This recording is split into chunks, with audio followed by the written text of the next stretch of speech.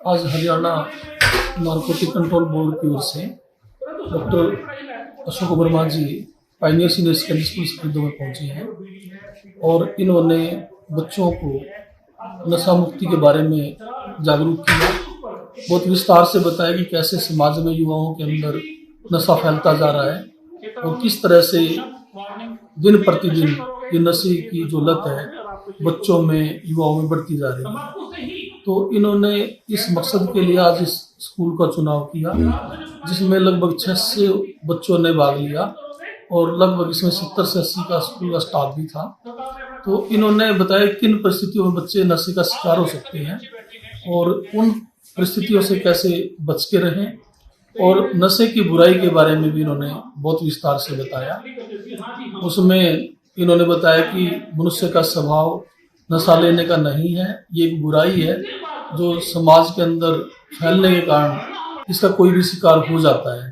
तो इन्होंने उस बुराई के बारे में जो उसके नुकसान हो सकते हैं उनके बारे में भी बच्चों को उनका आह्वान किया कि अगर वो इस लाइन में नशे की लाइन में चले गए तो इससे जीवन में बर्बादी के चांस रहते हैं।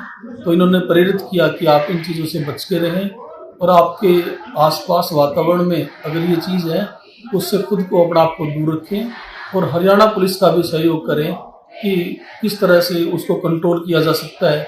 अगर उनके परिवेश में आसपास कोई इस तरह का कारोबार धंधा करता है तो इन्होंने उसके लिए एक नंबर भी बच्चों को टेलीफोन नंबर भी बताया है कि आप इस नंबर पर संपर्क करके इससे समाज को मुक्ति दिलवा सकते हैं। तो मैं इनके संदेश की प्रशंसा करता हूँ और जहाँ ये सरकार का एक अभियान है, हरियाणा पुलिस का अभियान हो सकता है, लेकिन इसमें जो मैंने इनका व्यक्तिगत समर्पण देखा इस काम के प्रति, उससे मैं भी काफ़ी प्रभावित हुआ कि ये खाली एक तो होता है ड्यूटी करना, लेकिन ये समर्पण से ड्यूटी करना एक अलग बात होती है। तो इनके अनुभव का हमें बहुत लाभ मिला। सबसे पहले तो मैं बराड़ साहब का संत के रूप में बैठे हैं बहुत बहुत आभार व्यक्त करता हूँ। संजय जी का, संजय तिरंगाधारी जी का, आप सभी जो मीडिया से आए सबका धन्यवाद। देखिए, आज एक बड़ी समस्या हमारे बीच में है। ये कहने को छोटी समस्या हो सकती है, परंतु जब समस्या एक परिवार में आती है, एक व्यक्ति में आती है, तो परिवार के साथ साथ व्यक्ति के साथ साथ समाज और राष्ट्र को उसका दंड भुगतना पड़ता है, इसके परिणाम भुगतने पड़ते हैं।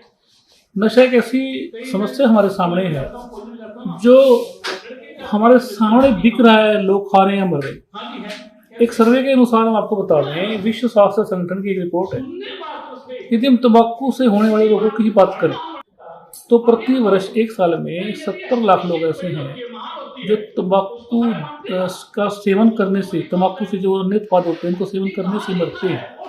और हमारे भारत में मरने वाली संख्या 17 लाख। और यदि इस पर हमने और इसके अतिरिक्त आपको बता दें कि तंबाकू से रोग जो हुए हैं उनसे कितने लोग पीड़ित हैं। विश्व स्वास्थ्य संगठन कहता है कि 2.5 करोड़ लोग इस तंबाकू जनित रोगों से पीड़ित हैं। और यदि इस पर अभी भी अंकुश नहीं लगाया गया तो संख्या 3 करोड़ हो सकती है। ये तो छोटे तंबाकू वाली बात करें, परंतु और भयंकर नशे जिस पर सरकार का प्रतिबंधित नशे हैं, जैसे ड्रग्स है, जो नारकोटिक्स भी हैं और साइकोट्रोपिक भी, NDPS एक्ट इसलिए बनाया गया है। और तो भी ये नशा आज हमारे भारत में, हमारे हरियाणा में, हर गांव तक पहुंच चुका है। 2016 में भारत सरकार ने सर्वे किया था। उस सर्वे में ये आया था सामने कि भारत के 256 जिले ऐसे हैं जो नशे में पीड़ित हैं, ड्रग्स से पीड़ित, और हमारे हरियाणा के उसमें 12 जिले थे। आज हरियाणा का कोई भी गाँव नहीं बचा जहाँ नशा ना हो। और इसलिए हरियाणा सरकार ने 25 अगस्त 2020 को हरियाणा पुलिस के अधिकारियों और कर्मचारियों को लेकर के एक अलग विभाग खड़ा कर दिया जिसका नाम है narcotics control bureau, NCB Haryana. NCB Haryana वो है जो भारत सरकार द्वारा 1985 में बनाई गई थी, 1986 में बनाई गई थी। आज हमारे हरियाणा को भी ये बनानी पड़ी। अब मैं इस आपके चैनल के माध्यम से जितने माता पिता देख रहे हैं, जो अभिभावक है, उनसे निवेदन करना चाहूँगा कि हम अपने बच्चों को हर सुविधा देना चाहते हैं। अच्छी बात है, दें। सुविधाओं के साथ साथ उनके गतिविधियों पर निरीक्षण करना, उनको देखना हमारा दायित्व बन जाता है कि कहीं आपका बच्चा आप द्वारा दी गई सुविधा का दुरुपयोग तो नहीं कर रहा। आप ये देखें कि आप उसे मोटरसाइकिल चलाने को दे रहे हैं, गाड़ी चलाने को दे रहे हैं, क्या वो हेलमेट लगाता है, क्या उसने अपनी गाड़ी के आगे पीछे नंबर लिखवाया हुआ है, क्या गाड़ी का बीमा हुआ है, क्या उसने पैर में जूते पहने हुए हैं, क्या हेलमेट लगाया सिर पे, यदि नहीं है तो उस पर आप टोकिए। और आज हमें बच्चों को साधन, संसाधन, धन और अलग से व्यवस्था देने के साथ साथ उनकी गतिविधियों पर ध्यान देने की जो अब सबसे ज़्यादा आवश्यकता है। आप ये देखें कि आपका बच्चा जब स्कूल में चला जाता है, कॉलेज में चला जाता है, घर पे नहीं, आप जहाँ वो बच्चा सोता है उसको शयन कक्ष को चेक देखें, उसका निरीक्षण करें कि उसके शयन कक्ष में कोई ब्राउन रंग का पाउडर, सफेद रंग का पाउडर, कोई बीड़ी का टोटा, माचिस का टोटा, माचिस की तिल्ली, कोई लाइटर, कोई पाइप, कोई रोटी लपेटने वाला कागज होता है, फॉइल, वो नहीं पड़ा। यदि पड़ा है, ऐसी कोई संदिग्ध वस्तु आपको मिलती है तो आप सचेत हो जाएं, सतर्क हो जाएं और बच्चे के साथ बड़े प्रेम से व्यवहार करना है। उससे पूछें भी ये क्यों है, उस बात के तह तक जाएं, इस बात का निरीक्षण करें, पता लगाएं, अनुसंधान करें। और यदि आपको पता लगे, क्योंकि देखिए जो ड्रग्स लेने वाला व्यक्ति है उसका 6 महीने तक पता नहीं लगता माँ बाप को कि मेरा बच्चा ड्रग्स ले रहा है। किसी ने बीड़ी पी रखी है, सिगरेट पी रखी है, शराब पी रखी है, उसकी स्मेल आ जाती है, पता लग जाता है कि इसने ये नशा किया है। परंतु ड्रग्स वाले का नशा ही नहीं, स्मेल ही नहीं आती। 6 महीने तक तो कोई सिम्टम ही नहीं आएंगे शरीर पे, और 6 महीने के बाद ऐसे भयंकर सिम्टम, उसके लक्षण हमारे शरीर में आएंगे कि व्यक्ति एकाकीपन में रहना पसंद करेगा, अकेला अकेला सा रहेगा, गुमसुम सा रहेगा, सोएगा नहीं, नशा करेगा, सो जाएगा।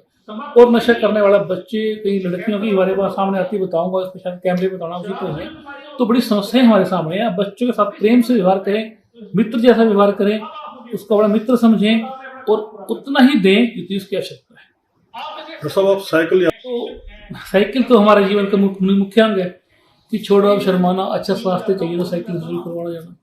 हमारे बुजुर्गों को नहीं होता था कोई रोग, क्योंकि वो सदैव करते थे साइकिल का प्रयोग। साइकिल तो हमारे जीवन का सबसे बड़ा अंग है। आज हमारे बीच में, हमारे शरीर में अनेक रोग इसलिए हैं, शुगर का होना, शर्करा जो होती है, या हाई बीपी का होना, अनेक बीमारियां हैं, वो केवल इसलिए हैं कि हम ना एसी में बैठना, एसी से उठना, हर काम एसी में रह के करते हैं। धूप तो हम लगाते नहीं शरीर में बिल्कुल भी, तो जब हम साइकिल चलाते हैं ना, उससे तो हमें शुगर नहीं होती, बीपी की बीमारियां नहीं होंगी, शरीर ठीक रहेगा। और मेरा साइकिल निकालने का उद्देश्य ये है कि हम हर व्यक्ति तक पहुंच सकें। अब मैं मान लो गाड़ी में बैठ के चला गया, किसी को पता नहीं कौन गया, साइकिल पे चलेंगे वो देखेगा पुलिस वाला जा रहा है, क्यों जा रहा है, बोर्ड आगे लगा होता है, उस पर तख्ती लगी होती है, तो पूछते हैं लोग, कई अच्छे होते हैं, रुक के बात करते हैं। तो संदेश इस प्रकार से हमारा हर व्यक्ति तक पहुंचा, तो इसलिए हमारा साइकिल पे जाने का उद्देश्य है।